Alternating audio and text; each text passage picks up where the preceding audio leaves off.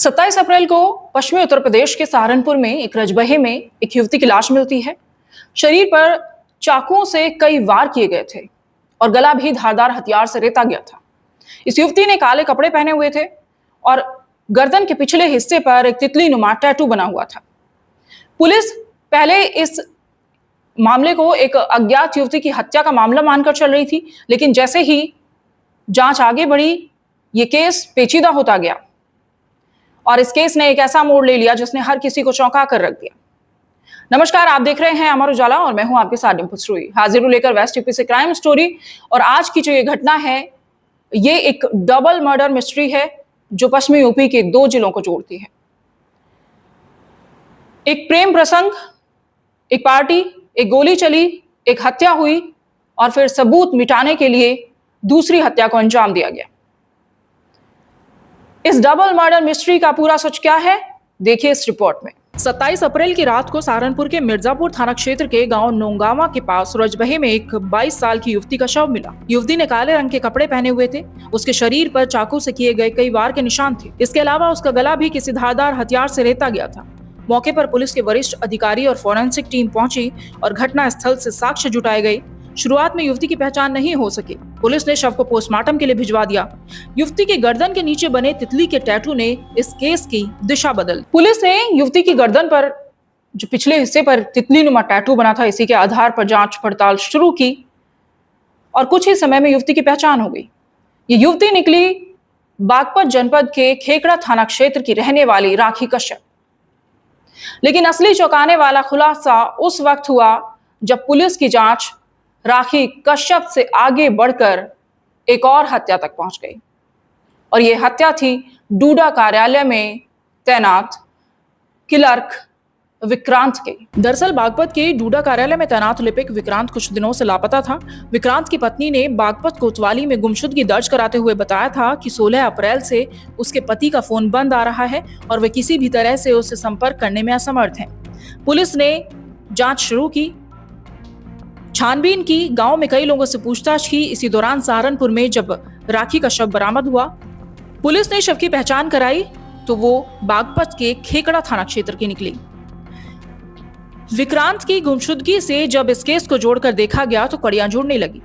Police ने एक आरोपी को हिरासत में लेकर पूछताछ की और यहीं से इस केस के पीछे छिपी पूरी कहानी सामने आने लगी। पुलिस पूछताछ में यह खुलासा हुआ कि विक्रांत और राखी के बीच प्रेम संबंध थे। विक्रांत राखी से शादी करना चाहता था। इसी सिलसिले में एक पार्टी का आयोजन किया गया था। विक्रांत, राखी और दो अन्य युवक इस पार्टी में शिरकत करने पहुंचे थे। यहां शाम के वक्त नशे में इन सभी के बीच कोई कहासुनी हुई और कहासुनी में विवाद इतना बढ़ गया कि राखी ने पिस्टल उठाई और विक्रांत की जांघ में गोली मार दी। एक गोली चली और तुरंत ही हत्या की पटकथा लिख दी गई और उसे अंजाम भी दे दिया गया।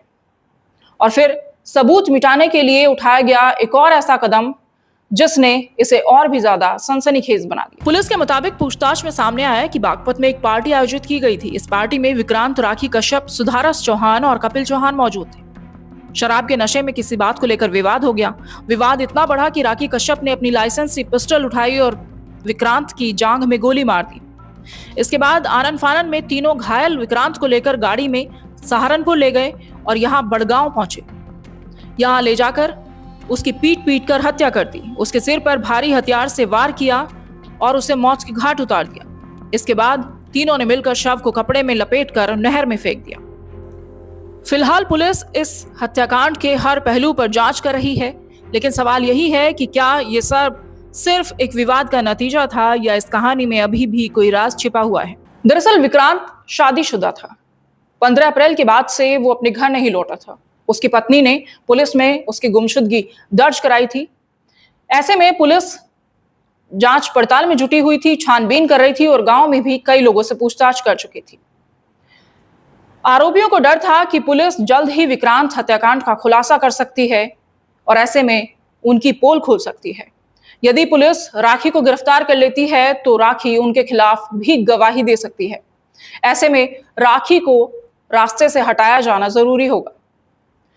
उन्होंने साजिश रची और राखी को लेकर सहारनपुर पहुंचे। यहाँ एक फार्म हाउस में उसकी चाकू से गोदकर हत्या कर दी और इसके बाद शव को रजबहे में फेंक दिया। आज दिनांक 27 अप्रैल 2026 को शाम तकरीबन 6:30 बजे थाना मिर्जापुर, ग्राम रजापुर नौगावा से पुलिस को एक महिला के अज्ञात शव के मिलने की सूचना प्राप्त हुई। पुलिस द्वारा तत्काल मौके पर पहुंचकर शव को कब्जे में लिया गया तथा उसके पंचायतनामा की प्रक्रिया पूर्ण की जा रही है। मौके पर वरिष्ठ अधिकारियों द्वारा निरीक्षण कर आवश्यक दिशा निर्देश दिए गए हैं तथा फील्ड यूनिट की टीम द्वारा भी मौके का मुआयना कर लिया गया है। अग्रिम विधिक कार्रवाई प्रचलित है। मौके पर शांति। कहने को महज ये एक दोहरा हत्याकांड है, एक प्रेम संबंध, एक पार्टी, थोड़ी सी कहा सुनी और फिर दो हत्याएं। लेकिन इस कहानी में अभी कई सवाल खड़े हैं। सबसे बड़ा सवाल है कि आखिर राखी के पास वो लाइसेंसी पिस्टल किसकी थी? क्या एक कहा सुनी, एक विवाद इतना बड़ा हो सकता है कि हम किसी की जान लेने से बिना हिचके? क्या एक गुस्से में लिया गया फैसला है? क्या सच छिपाने के लिए, सबूत मिटाने के लिए एक और हत्या कर देना चाहिए? और विवाहेतर संबंध क्या अपनों को धोखा देने का एक ट्रेंड सा चल पड़ा है? अगर ऐसा है तो हम अपने आने वाली पीढ़ियों के लिए आखिर किस तरह के स्टैंडर्ड सेट कर रहे हैं? आपकी राय क्या है? हमें कमेंट बॉक्स में जरूर बताइए। फिर हाजिर होंगे नई स्टोरी के साथ, नई वारदात के साथ। आगे दीजिए, नमस्कार। आपके राज्य की खबरें, आपके शहर की खबरें सबसे पहले जानने के लिए देखते रहें अमर उजाला। चैनल को सब्सक्राइब जरूर कर लें और पाएं हर अपडेट।